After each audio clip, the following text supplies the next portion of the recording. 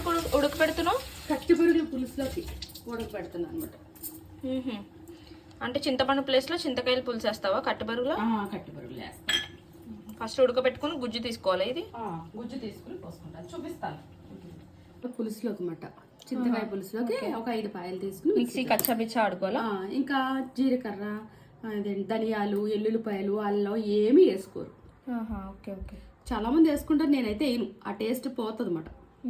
అంటే ఆ చింతకాయ పులుపు మాత్రమే బాగుంటే జస్ట్ ఇది ఒకటే మిక్సీ ఆడుకుంటే సరిపోతుంది. కచ్చాపిచ్చా. దీన్ని ఏం చేస్తున్నావు?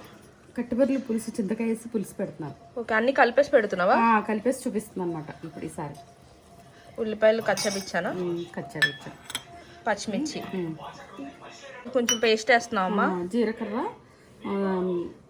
ధనియాలు పేస్ట్ వేస్తున్నాను. ధనియాలు, జీలకర్ర, వెల్లుల్లిపాయ పేస్ట్ వేస్తావు. కొంచెం కచ్చబిచ్చ, ఉల్లిపాయలు, పచ్చిమిర్చి. ఇప్పుడు పసుపు వేస్తున్నాను.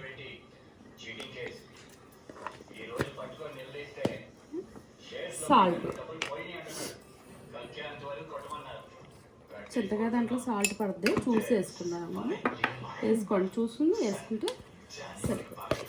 కారం అన్నీ వేసాడమే, అన్నీ కలిపి పెట్టేడమే. 1 స్పూన్ కారం, 1 స్పూన్ కొంచెం నేను వేసుకున్నాను. కారం కొంచెం ఎక్కువ తింటారని మాకు కొంచెం కారం వేసుకున్నాను. ఆయిల్ పోస్తున్నాను.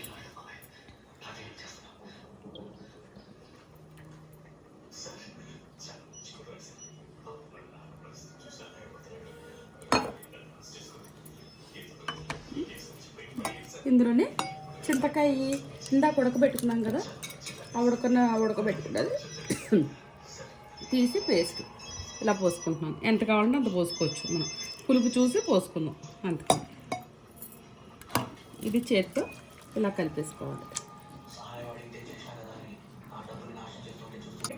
కొంచెం కొత్తిమీర వేస్తాను. వేసేస్తున్నావా? ఇప్పుడు కొత్తిమీర వేసేస్తున్నాను. అంటే ఇంకా 2 రబ్బలు ఉంచారు, ఎందుకంటే మళ్ళీ ఉడికిపోయిన తర్వాత కూడా వేద్దామని ఉంచారు.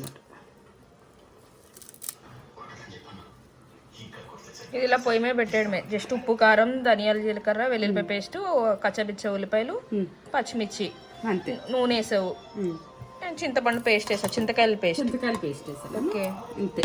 ఆయిల్ వేసి ఇలా పెట్టేసుకోండి. ఓకే, పొయ్యి మీద పెట్టేయడం. ఇంకా అంతే. ఉడికిన తర్వాత నీళ్ళు చూసి వేసుకోవాలి. ఎక్కువ వేసుకుంటే విడిపోతాయి, ఎక్కువైపోద్ది కదా. అవును, సరే పెట్టేసే అమ్మ. సరిపోయి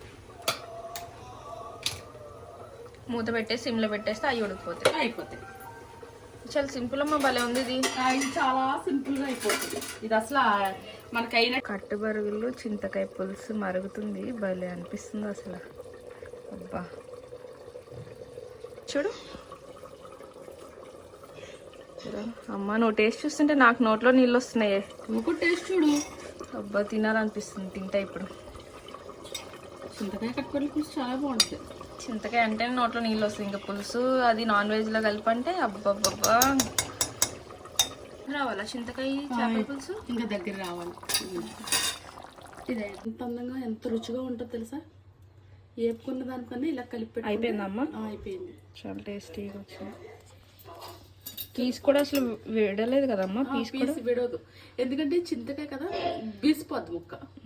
పీస్ అస్సలు విడలేదు, విడవలేదు. మంచిగా ఉంది.